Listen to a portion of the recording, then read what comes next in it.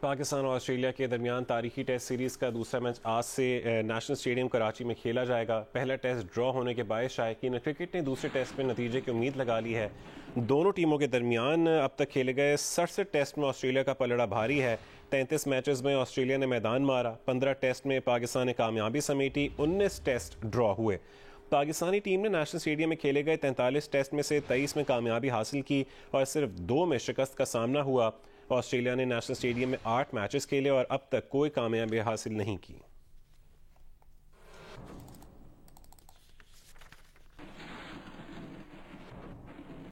Bulletin میں دیگر خبریں شامل کرتے ہیں۔ ایک ہفتے کے دوران گھی مزید 8 روپے 37 پیسے اور زندہ مرغی 24 روپے 45 پیسے مہنگی ہو گئی۔ پیاز کی قیمت 3 روپے 80 پیسے، سرسوں کے تیل کی قیمت 9 روپے 95 پیسے بڑھ گئی۔ ادارہ شماریات کے مطابق بیف، مٹن، صابن، چائے سمیت 20 اشیاء ضروریہ کی قیمتوں میں بھی اضافہ ہوا ہے۔ ہفتہ وار مہنگائی کی شرح میں 0.52% اضافہ ریکارڈ کیا گیا۔ رپورٹ کریں گی آمنہ عامر۔ مہنگائی میں اضافہ جاری، مجموعی شرح 16.49% پر پہنچ گئی۔ حالیہ ہفتے 20 اشیاء ضروریہ مہنگی ہوئی۔ ادارہ شماریات کے مطابق ایک ہفتے کے دوران زندہ مرغی 24 روپے 45 پیسے مہنگی ہوئی، اوسط قیمت 304 روپے فی کلو ہو گئی۔ حالیہ ہفتے گھی بھی 8 روپے 37 پیسے فی کلو مزید مہنگا ہو گیا، اوسط قیمت 434 روپے 62 پیسے ہو گئی۔ پیاز 3 روپے 80 پیسے، آلو 85 پیسے، سرسوں کا تیل 9 روپے 95 پیسے، بیف 2 روپے 38 پیسے، مٹن 33 پیسے فی کلو اور کیلے 4 روپے 63 پیسے فی درجن مہنگے ہوئے۔ ادارہ شماریات کے مطابق ایک ہفتے کے دوران چائے، چاول، دال مسور، دال چنا، خشک دودھ اور تازہ دودھ بھی مہنگا ہوا۔ ادارہ شماریات کے مطابق حالیہ ہفتے 9 اشیاء ضروریہ کی قیمتوں میں کمی ہوئی۔ ٹماٹر 15 روپے 65 پیسے، لہسن 14 روپے 17 پیسے، دال ماش 1 روپے 72 پیسے، دال مونگ 65 پیسے فی کلو سستی ہوئی۔ آٹے کا 20 کلو کا تھیلا 2 روپے 51 پیسے، چینی 65 پیسے فی کلو اور انڈے 1 روپے 69 پیسے فی درجن سستے ہوئے۔ رپورٹ کے مطابق ایل پی جی کے گھریلو سلنڈر اور گڑ کی قیمت میں بھی کمی آئی، باعث اشیاء کی قیمتوں میں استحکام رہا۔ آمنہ عامر، جیو نیوز، اسلام آباد۔ پاکستان اور آئی ایم ایف کے جائزہ مذاکرات اب تک اسلام آباد کی جانب سے مختلف محاذوں پر مبینہ خلاف ورزیوں کے سبب بے نتیجہ رہے ہیں، جنہیں فنڈ کے عملے نے آئی ایم ایف کے متفقہ پروگرام سے انحراف قرار دیا ہے۔ آئی ایم ایف کے عملے نے پیٹرول، ڈیزل اور بجلی کی قیمتوں میں کمی کے ساتھ ساتھ صنعتی شعبے کے لیے ٹیکس چھوٹ دینے پر وزیر اعظم کے ریلیف پیکج پر بھی شدید اعتراضات اٹھائے۔ آئی ایم ایف نے یہ شرط رکھی ہے کہ پاکستان کسی قسم کی ٹیکس چھوٹ نہیں دے گا اور یہ ایک مسلسل ساختی معیار کا حصہ ہے۔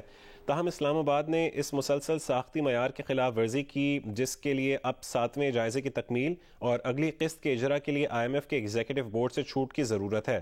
آئی ایم ایف نے اسلام آباد سے کہا ہے کہ وہ ڈسکاؤنٹ ریٹ میں اضافہ کرے، زر مبادلہ کی آزادانہ نقل و حرکت کی اجازت دے، کامیاب پاکستان پروگرام کو کم کرے اور اسے سمجھدار مالیاتی انتظام کے ساتھ ہم آہنگ کرنے کے لیے ریلیف پیکج کے اقدامات کو ریورس کرے۔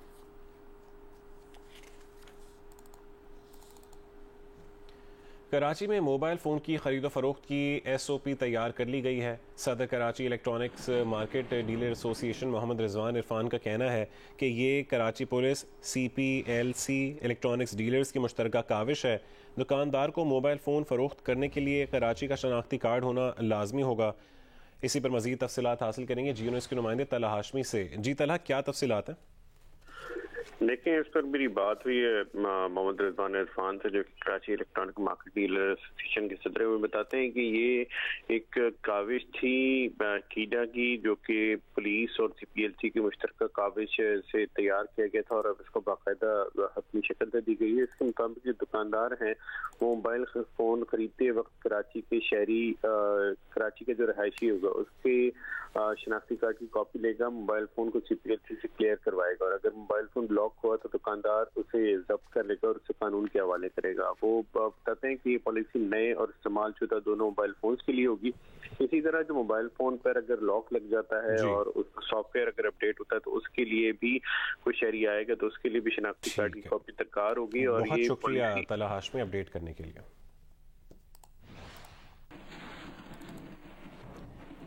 متحدہ قومی موومنٹ نے وزیر اعظم کے خلاف تحریک عدم اعتماد میں ساتھ دینے کے لیے متحدہ اپوزیشن کے سامنے اپنے مطالبات رکھ دیے ہیں۔ متحدہ قومی موومنٹ کے رہنماؤں کی متحدہ اپوزیشن سے ہونے والی ملاقاتوں کی اندر کی کہانی باہر آ گئی۔ وزیر اعظم عمران خان کے خلاف متحدہ اپوزیشن کی تحریک عدم اعتماد کے لیے ایم کیو ایم پاکستان نے متحدہ اپوزیشن کے سامنے مطالبات رکھ دیے ہیں۔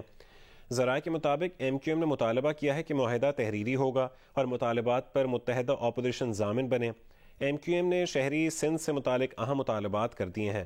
ایم کیو ایم نے مطالبہ کیا ہے کہ معاہدے میں شہری سندھ کے لیے نوکریوں میں 40% کوٹا، با اختیار بلدیاتی نظام اور صوبائی مالیاتی کمیشن کو یقینی بنانا شامل کیا جائے۔ ایم کیو ایم نے مطالبہ کیا کہ مولانا فضل الرحمان، چودھری برادران اور شہباز شریف معاہدے کے ضامن بنیں۔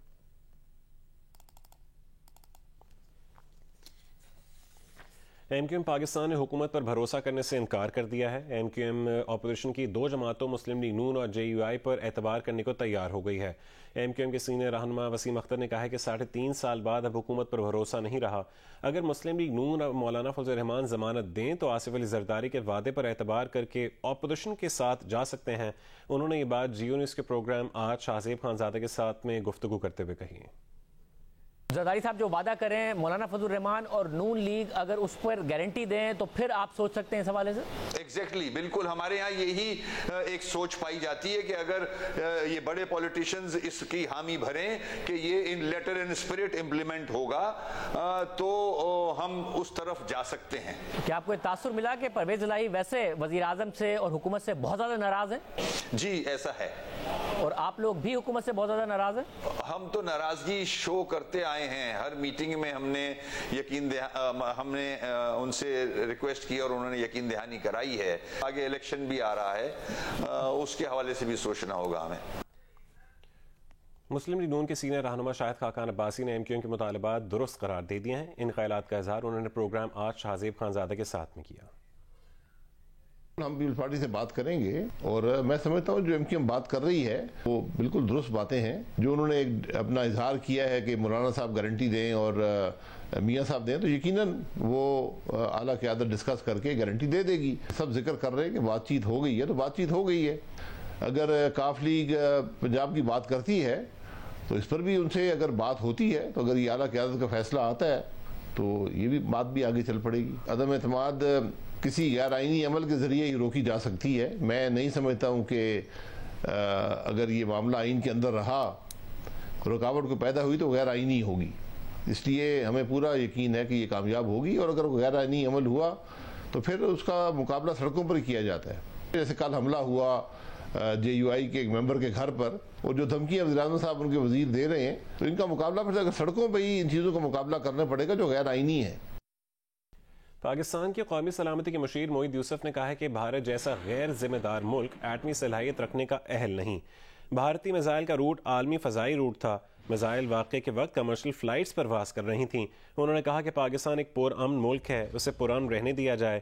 بھارت کو میزائل چلنے کے 3 دن بعد وضاحت دینے کا خیال آیا۔ ایسے غیر ذمہ دارانہ اقدامات خطے سمیت دنیا بھر کے لیے خطرہ ہیں۔ پاکستان نے کئی بار بھارت کے ناقص دفاعی نظام کی طرف دنیا کی توجہ دلوائی ہے۔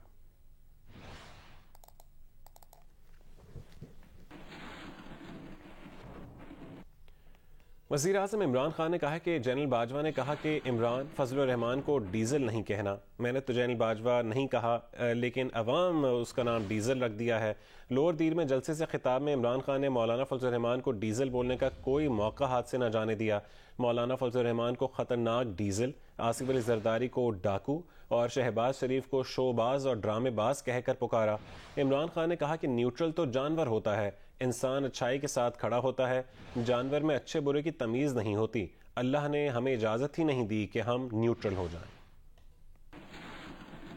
وزیر اعظم عمران خان نے کہا ہے کہ نیوٹرل تو جانور ہوتا ہے، لیکن ابھی اپنے پچھلے ہی جلسے میں انہوں نے کہا تھا کہ ہم روس اور یوکرین کے تنازع میں نیوٹرل ہیں۔ ہم سب سے دوستی چاہتے ہیں، ہماری روس سے بھی دوستی ہے، ہماری امریکہ سے بھی دوستی ہے، ہماری چائنا سے بھی دوستی ہے، یورپ سے بھی ہے۔ ہم کسی کیمپ میں نہیں ہیں، لیکن کیونکہ ہم نیوٹرل ہیں، انشاءاللہ ہم ان ملکوں کے ساتھ مل کے ایک دن کوشش کریں گے کہ جو یوکرین میں جنگ ہے یہ بند ہو۔ اس سے بہت دنیا کو نقصان ہو رہا ہے۔ وزیر اعظم عمران خان کے بیان پر مولانا فضل الرحمان نے کہا ہے کہ وہ کہتے ہیں کہ نیوٹرل تو جانور ہوتا ہے۔ کل ہی ISPR نے بیان دیا اور یہ بیان اس کا رد عمل ہو سکتا ہے۔ مولانا فضل الرحمان کا کہنا تھا کہ ایک ہوتا ہے پاگل، اس سے اونچا درجہ ہوتا ہے باولا۔ عمران خان کی کیفیت باولے جیسی ہو چکی ہے۔ اس قسم کے آدمی کو سیاست میں نہیں ہونا چاہیے۔ بلاول بھٹو نے عمران خان کی لوور دیر میں تقریر پر رد عمل میں کہا ہے کہ عمران خان کی گالی گلوچ پر مبنی زبان اس بات کا سب سے بڑا ثبوت ہے کہ وہ جانتا ہے کہ وہ ہار رہا ہے۔ کیا آپ نے کبھی کسی جیتنے والے کپتان کو اپنے حریفوں کو گالیاں دیتے سنا ہے؟ نہیں، ایسا ہارنے والے کرتے ہیں۔ سوشل میڈیا پر اپنے بیان میں انہوں نے کہا کہ اس دوران جب ان کے خلاف عدم اعتماد کی تحریک آ رہی ہے، عمران خان کی جانب سے عوامی جلسے میں فوج کا حوالہ دینا افسوسناک اور ان کی مایوسانہ بے چینی کی نشاندہی کرتا ہے، مگر اس سے کام نہیں چلے گا۔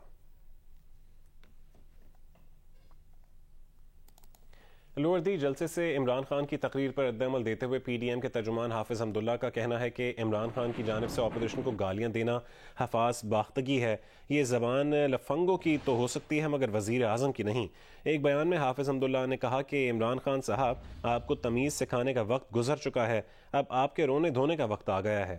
یہ پہلا رمضان ہے جس میں شیطان ایڈوانس میں تحریک عدم اعتماد کے ذریعے قید کرنے کا تجربہ کیا جا رہا ہے۔ اپوزیشن کے ہاتھوں مولانا کی قیادت میں یہ تجربہ کامیاب ہو جائے گا۔ دوسری جانب جے یو آئی کراچی کے رہنما قاری محمد عثمان نے کہا کہ عمران خان اور باول وزراء آزاری زبان بند کریں، اراکین پارلیمنٹ اور علماء کی پگڑیاں اچھالنا مہنگا پڑے گا۔ نااہل اور ناجائز حکومت کے دن گنے جا چکے ہیں۔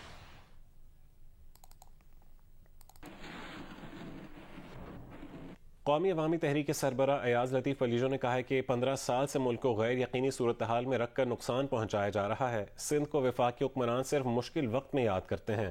لاڑکانہ میں جلسے سے خطاب کرتے ہوئے ایاز لطیف پلیجو نے کہا ہے کہ سندھ سے منتخب تمام پارٹیوں نے عوام کو مایوس کیا ہے۔ پارلیمنٹ واضح کرے کہ اس کے پاس سندھ کے لیے کیا ایجنڈا ہے۔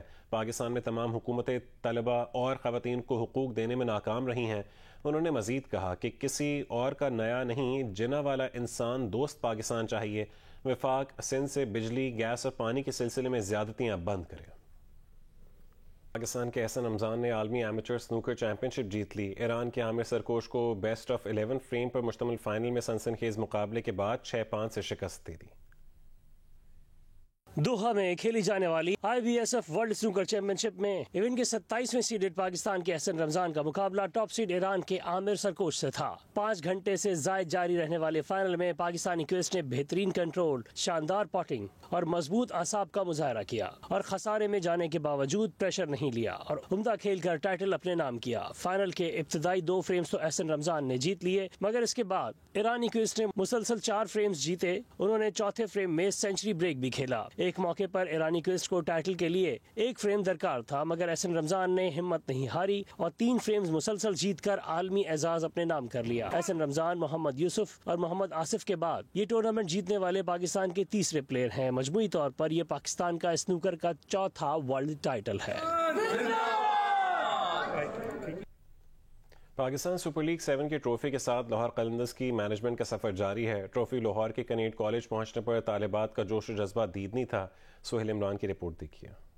لاہور قلندرز کی انتظامیہ PSL 7 کی ٹرافی لے کر کنیٹ کالج پہنچی تو طالبات پرجوش دکھائی دیں۔ تقریب میں لاہور قلندرز کے CEO عاطف رانا، COO سمین رانا اور ہیڈ کوچ عاقب جاوید شریک ہوئے۔ تقریب میں میوزک کنسرٹ کا بھی اہتمام کیا گیا۔ تقریب میں طالبات میں شرٹس اور شاہین افریدی کے سائن شدہ بال بھی تقسیم کیے گئے۔ لاہور قلندرز کے PSL ٹرافی جیتنے کی خوشی میں کیک بھی کاٹا گیا۔ اس موقع پر لاہور قلندرز کے CEO عاطف رانا کا کہنا تھا کہ فینز نے جس طرح سپورٹ کیا اس پر مشکور ہیں۔ کھلاڑیوں کے گھروں کے ساتھ ٹرافی کو عوامی سطح پر لے کر جا رہے ہیں۔ کیمرامین سفیر احمد کے ساتھ سہیل عمران، جیو نیوز، لاہور۔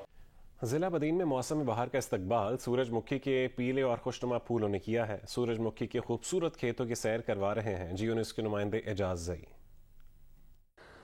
جی بالکل، ضلع بدین میں موسم بہار کو سورج مکھی کے پیلے پھولوں نے خوش آمدید کہا ہے۔ یہ سورج مکھی کے پیلے پھول نہ صرف ضلع بدین کی خوبصورتی کی علامت سمجھے جاتے ہیں بلکہ اس وقت علاقے میں جا بجا نظر آ رہے ہیں۔ رنگ اور خوبصورتی کے لحاظ سے سورج مکھی کی فصل کو ماحول دوست بھی کہا جاتا ہے۔ تاہم آبادگاروں کا کہنا ہے کہ گزشتہ چند سالوں میں سورج مکھی کے زیر کاشت رقبے میں 80% تک کمی واقع ہوئی ہے اور سورج مکھی کا زیر کاشت رقبہ 3 لاکھ ایکڑ سے گھٹ کر صرف 40,000 ایکڑ سے بھی کم رہ گیا ہے۔